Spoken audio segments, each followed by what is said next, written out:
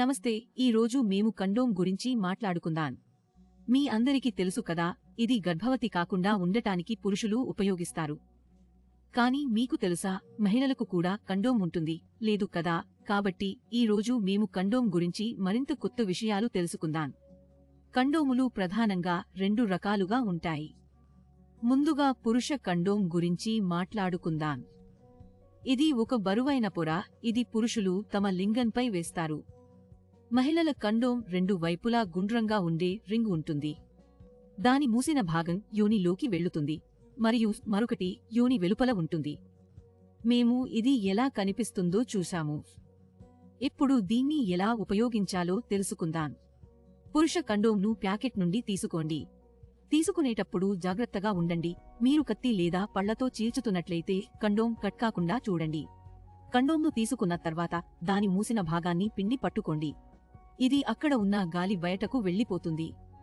మీరు ఇది చేయకపోతే కండోమ్ సంబంధం సమయంలో చీలే అవకాశం ఉంటుంది.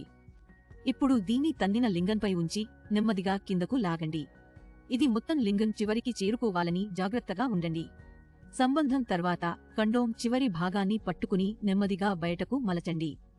ఇప్పుడు మహిళా కండోమ్ ఉపయోగించే విధానం గురించి తెలుసుకుందాం. ఈ కండోమ్ యొక్క మూసిన భాగాన్ని మహిళ తన వేలి మరియు ఒక వేలితో యోనిలోకి ఉంచుతుంది. మీరు దీన్ని ఎంతగా లోపల పెట్టగలిగితే అంతగా ప్రయత్నించండి. ఇది లోపల పెట్టేటప్పుడు మీరు పూర్తిగా పడుకోవాలి లేదా కుర్చీపై కాళ్లను దూరంగా ఉంచి పెట్టాలి, లేదా ఒక కాలు కుర్చీపై ఉంచి కూడా పెట్టడం సులభం. 2 కండోమ్లు మీకు మెడికల్లో లేదా ప్రభుత్వ ఆసుపత్రిలో లేదా కుటుంబ ప్రణాళిక మందుల దుకాణంలో లభిస్తాయి. సూపర్ మార్కెట్లో కూడా లభిస్తాయి. కండోమ్ ఉపయోగించడం వల్ల గర్భవతి కావడం యొక్క అవకాశాలు తగ్గుతాయి. శారీరక సంబంధం ద్వారా వచ్చే వ్యాధుల నుండి కూడా ఇది మీకు మరియు మీ భాగస్వామికి రక్షణ ఇస్తుంది. కండోమ్ కొనుగోలు చేసే సమయంలో మరియు ఉపయోగించే సమయంలో ఈ విషయాలను ఖచ్చితంగా గుర్తుంచుకోండి. కొనుగోలు చేసే సమయంలో ప్యాకెట్ చెత్తగా ఉందా లేదా బాగుందా చూడండి మరియు దాని ముగింపు తేదీని కూడా తనిఖీ చేయండి. కండోమ్ను చల్లని ప్రదేశంలో ఉంచండి. ఇది ఎక్కువ వేడి ఉన్న ప్రదేశంలో ఉంచకండి. అలాంటి ప్రదేశంలో ఉంచకండి, ఉదాహరణకు చెప్ యొక్క వెనుక భాగంలో చాలా రోజుల పాటు ఉంచకండి.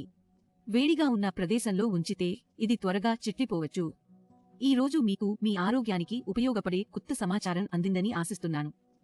మరుసటి వీడియోలో కొత్త సమాచారంతో మళ్ళీ కలుద్దాం. మీరు మీ ఆరోగ్యాన్ని చూసుకోండి.